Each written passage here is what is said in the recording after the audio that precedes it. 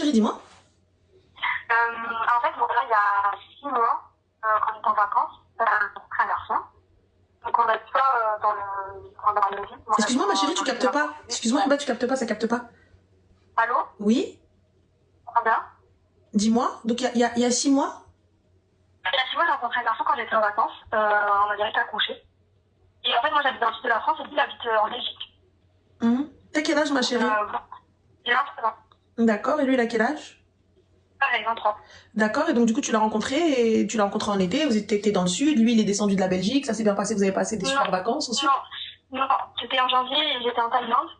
Et puis, on s'est rencontrés sur la plage en Thaïlande et ce soir-là, je suis tombée malade et il n'y avait personne, je suis partie toute seule en vacances, donc je l'ai appelé à lui. Je l'avais rencontré l'après-midi même, je ne le connaissais pas, mais j'avais que lui sous la main, du coup, au final, il m'a ramené à l'hôpital, il fallait s'occuper de moi, etc. Donc c'est comme ça qu'on a créé le... Il y avait pas le Uber, il y avait pas l'assurance, il y avait rien du tout, il y avait que lui, le gars que t'as rencontré l'après-midi à la plage. Mais ok, d'accord, vas-y, soit, passons. En fait, on s'est rencontrés à la plage. Le soir, on a mangé ensemble. Et après qu'on ait mangé ensemble, j'ai attrapé la tourista.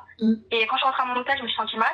Les ambulances en Thaïlande t'appellent, il y a personne qui te répond. Chérie, il y a un truc, à partir du moment où t'es française, t'as des assurances, t'as la totale, t'appelles un numéro, tu vois, le 112, déjà, c'est international, c'est dans le monde entier. T'es censé savoir lorsque vous voyagez. Là, j'allais mourir dans ma chambre, en fait. Là, j'étais en train de mourir. Oui, mais ma chérie, t'as envoyé, tu l'as appelé.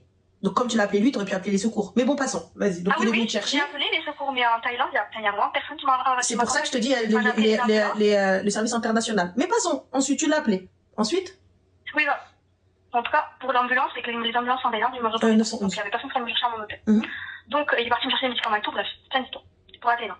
Donc, ensuite, on s'est revus en France. Donc, il est descendu dans le sud 2 mois après. Parce qu'on a continué à garder contact. On a continué à faire connaissance. Après, il est revenu une fois, 1 mois après. Donc, on va dire que dans les 6 mois, on s'est vu à peu près une fois par mois. Sauf que là, il est dans une situation, en fait, moi, j'arrive pas, enfin, je sais pas quoi faire parce que, quand il me j'ai l'impression qu'il est en dépression. Et le problème, c'est que moi, je supporte ça que tous les jours, c'est des nouvelles choses. Genre, tous les jours, un jour, il va se réveiller, il va me dire, je crois que j'ai le cancer. Le lendemain, il va se réveiller, il va me dire, je me sens mal dans ma peau. Le jour d'après, il va me dire, bon, ça va. Mais l'après-midi même, il va dire, j'arrive plus à gérer cette situation, je vais me retrouver avec moi-même. En fait, tous les jours, il y a quelque chose. Mais je sais pas, moi, je prends mal en patience et je reste et je le soutiens parce que j'ai des sentiments pour lui, lui aussi a des sentiments pour moi.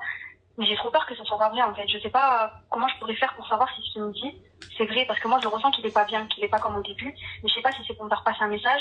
Quel message, ma chérie, veut te faire passer? Des acteurs partout. Comment? Quel message veut te faire passer? J'ai pas capté.